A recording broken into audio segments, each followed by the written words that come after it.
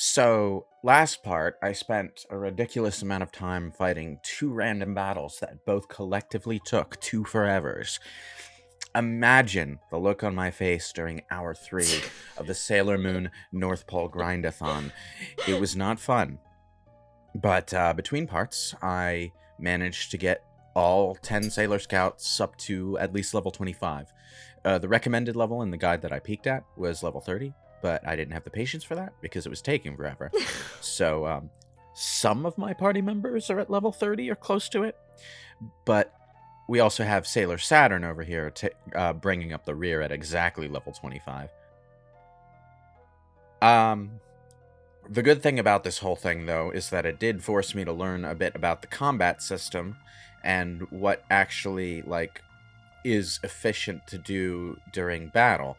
It's a bit weird that I had to wait until Chapter 4 of a 5-chapter game before the combat A system little late. encouraged me to learn it.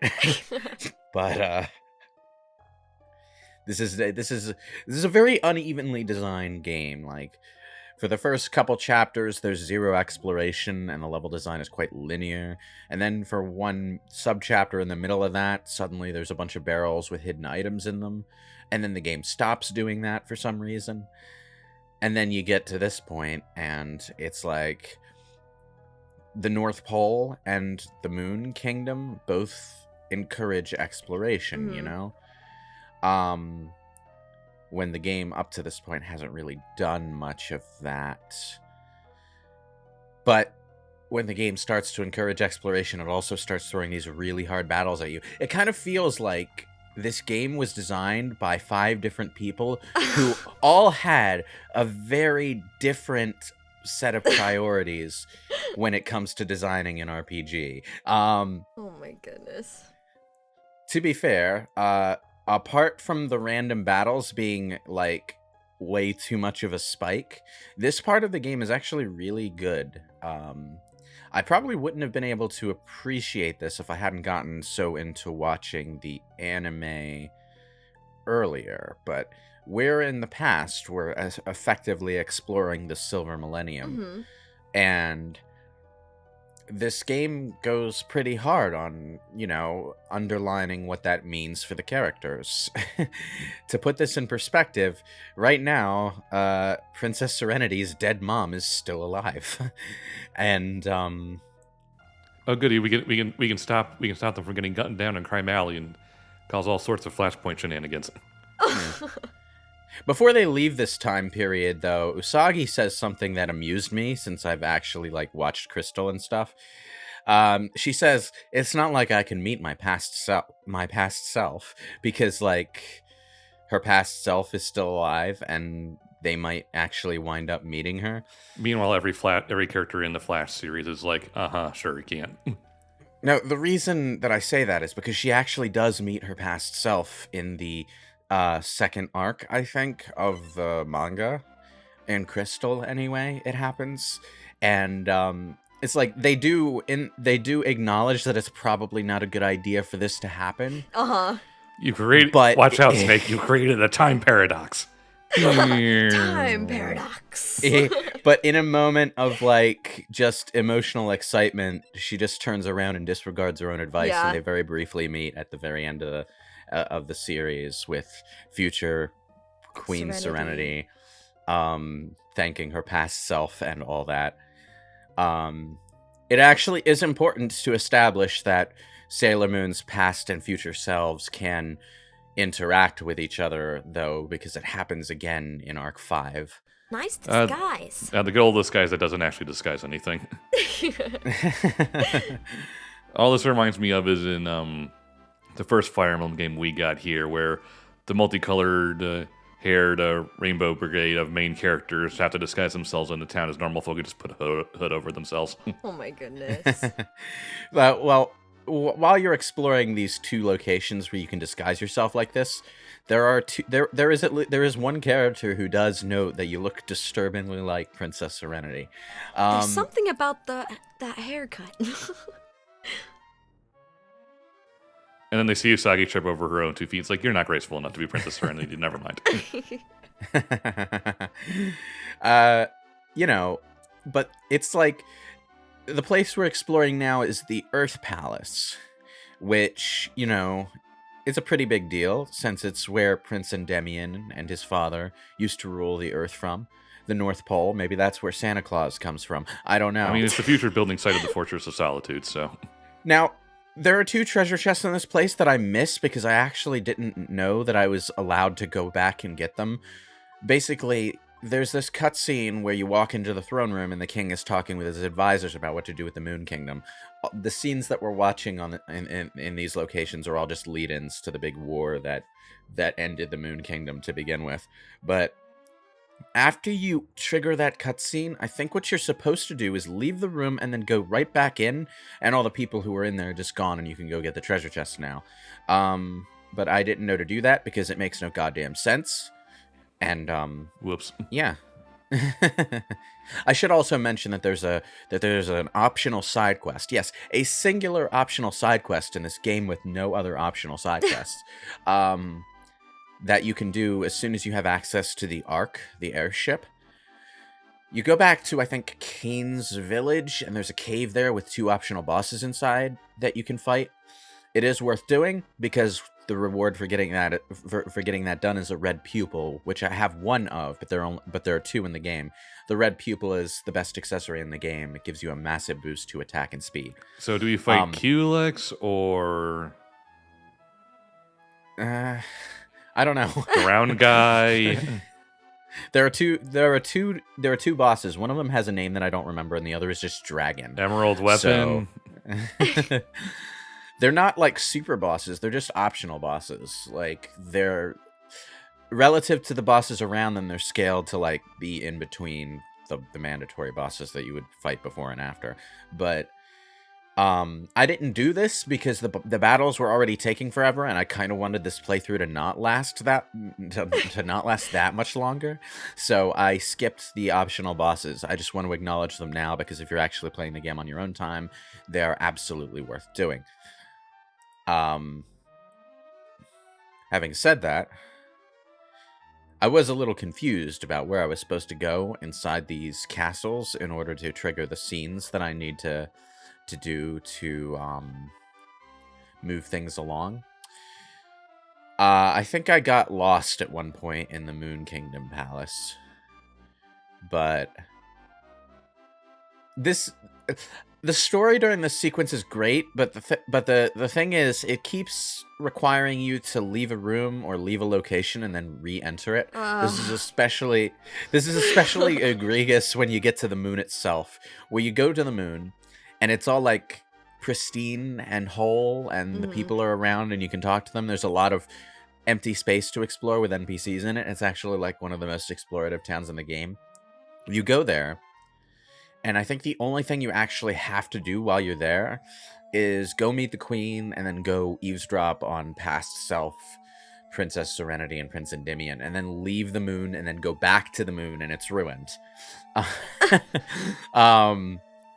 Like, it's really, really weird that that's the way the game has it happen. Like, instead of having an event trigger that tells you that the moon got attacked and, you know, all that stuff happened, they make you go to the moon before the attack and then leave and then immediately go back to trigger the attack.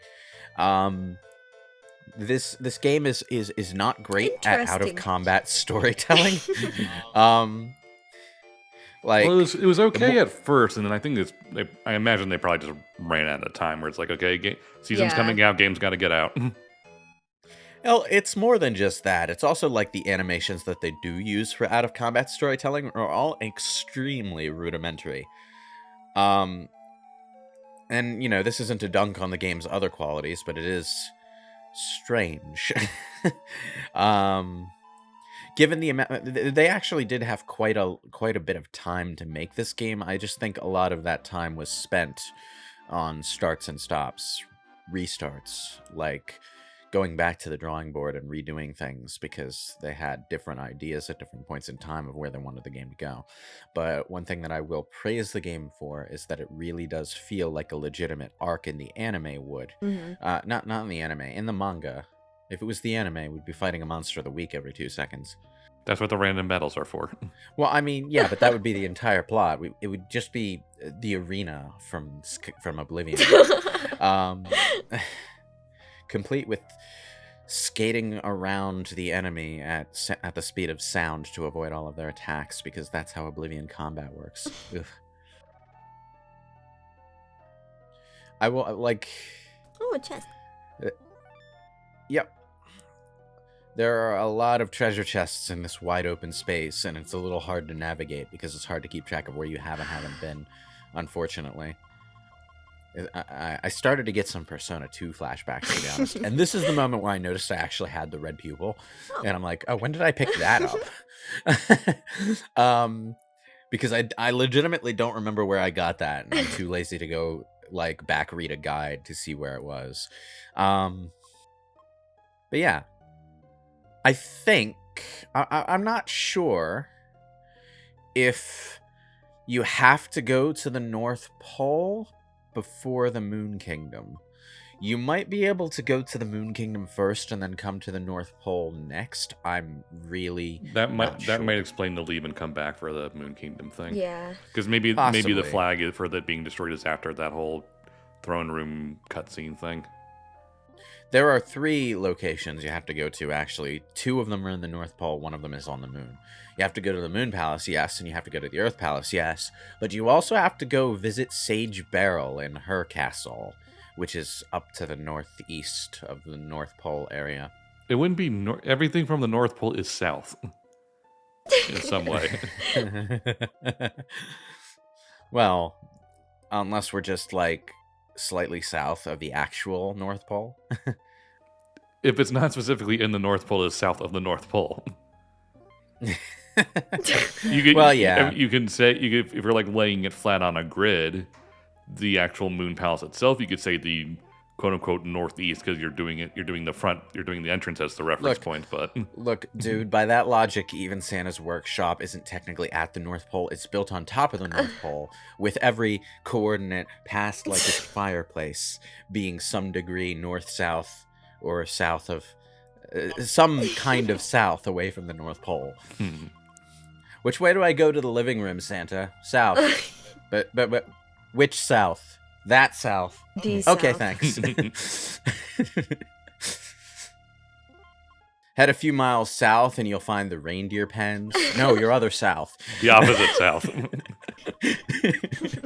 Your other south. But like, okay. So yeah, it is just a little bit jarring to get all these explorative areas after the first half of the game was very linear, though. I feel like at some point during this playthrough, I just gave up trying to learn the game on its own terms, and it was weird. In any case, I left this battle in just to show you how far we've come after the grindathon. Kick some butt. Don't worry, we won't be here for very long. My current party is Saturn, Venus, Chibi Moon, who's mandatory, Sailor Moon, who's mandatory, and Mercury. Now, of course, even at this level, you have to bubble spray fucking everything. Either that or time stop them. It doesn't matter. Just do one of the two. My battle plan usually just hinges on me defending for the entire first turn, except for Sailor Moon, who casts her Link spell with Venus to give everyone an attack buff. You can use Perfume to do that, but it's a rare item, so I wouldn't recommend doing that unless you have to. Save it for the battles where Sailor Moon isn't allowed to be there, because that's going to happen soon. But, like... Okay. So...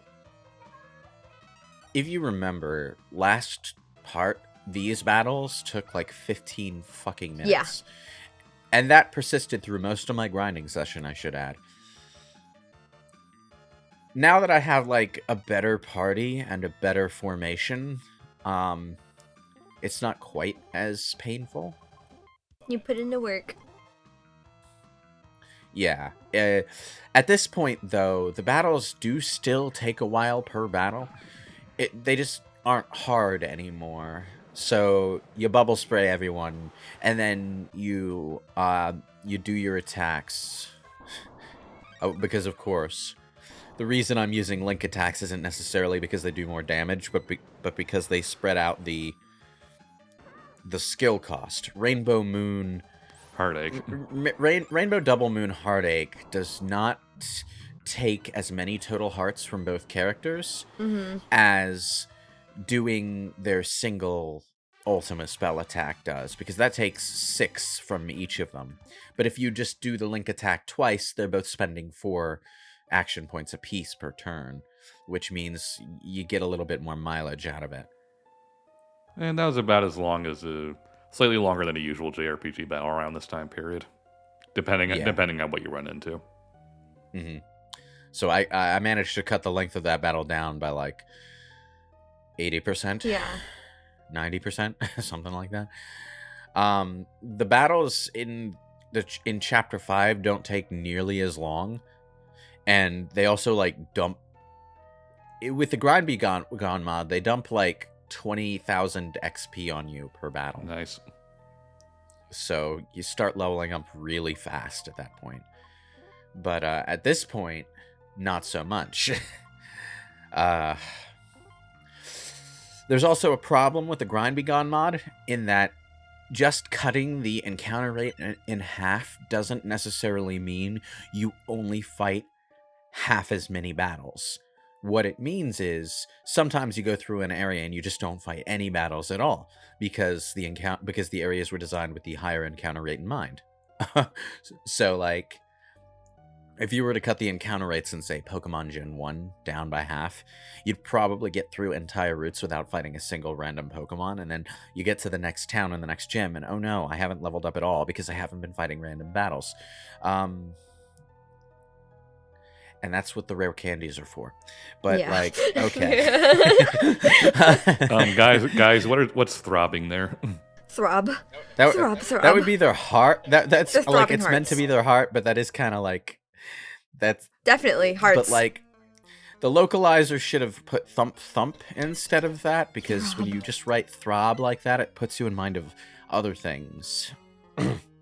Like what? So like, oh, I wouldn't know. I'm too innocent and carefree. Okay, so here we are in Queen Beryl's palace or keep or whatever. You can't leave until you've spoken to Queen Beryl. That is the cutoff point.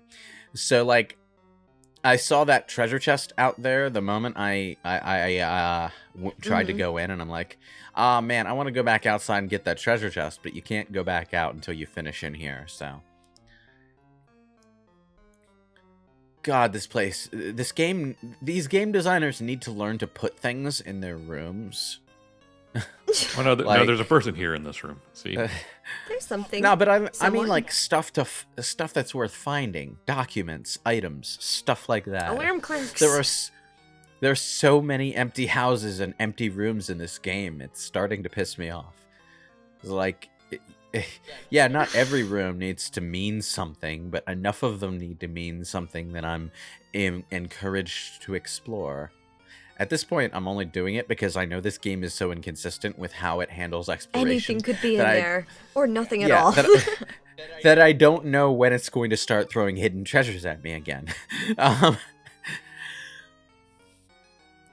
And yet, the only optional thing to do during this whole sequence is often a corner somewhere in Keen's village, where you have no encouragement to explore. Because even though you can go back to all those villages during this time period, the only thing worth doing in any of them is talking to NPCs that don't say much of value. And, you know, that wasn't fun when the game mandated it in the Sailor Venus chapter, so it's not going to be fun if I try to do it on purpose here. Mm-hmm.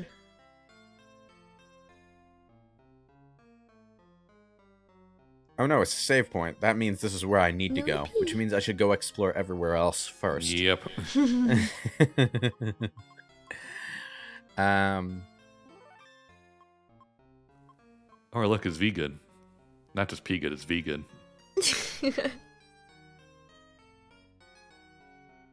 Now, I don't necessarily know. I don't remember if the anime went into Beryl's backstory No, in the not really. same way. Not really? Okay. Well, we're pulling from the manga again then, because this sequence actually just goes into Beryl's motivation for starting the war in the first place. Basically, she was in love with Prince Endymion and really and was really, really down because it was obvious to everyone at that point that Endymion and Serenity were an item, and that was not going to change. Yeah, why do all the guys like blondes? So, like, Catty.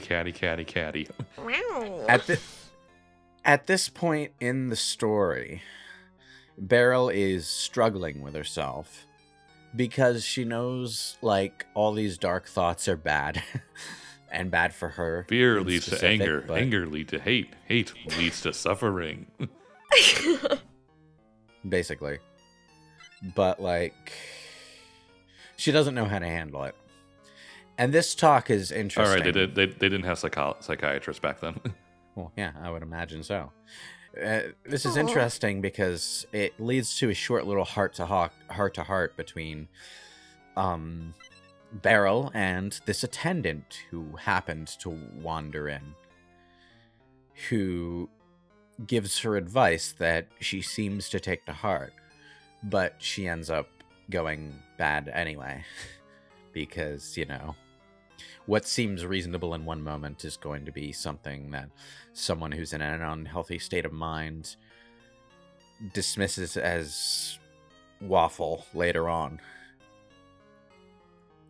So, you know, it's just interesting because, like, I don't think Usagi and Beryl ever interacted in any meaningful way outside of an action scene in the anime. So getting this moment of human dialogue between them was interesting. This game does do a very good job of reaching into the lore of Sailor Moon and pulling out interesting things to play off of for its story.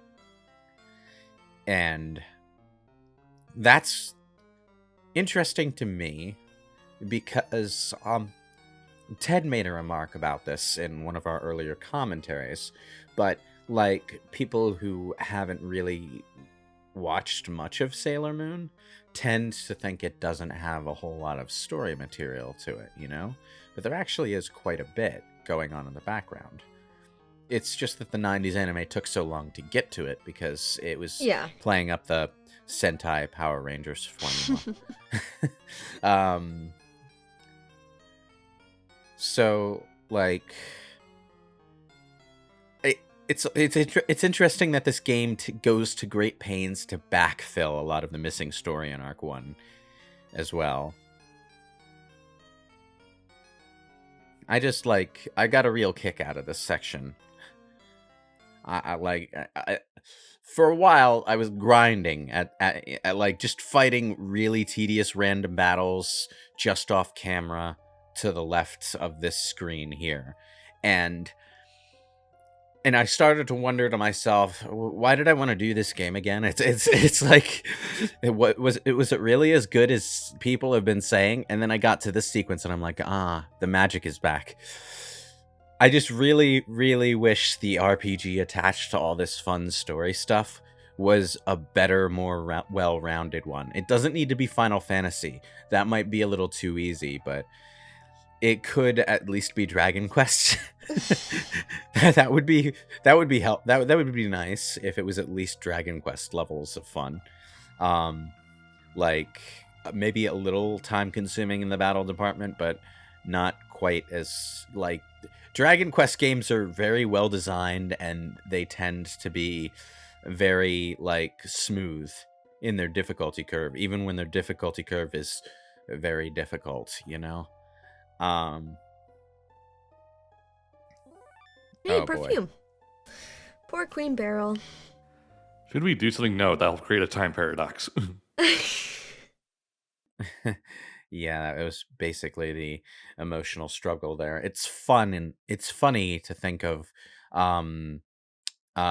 Sailor Moon actually like pitying Beryl enough to want to change her destiny, though. Mm-hmm.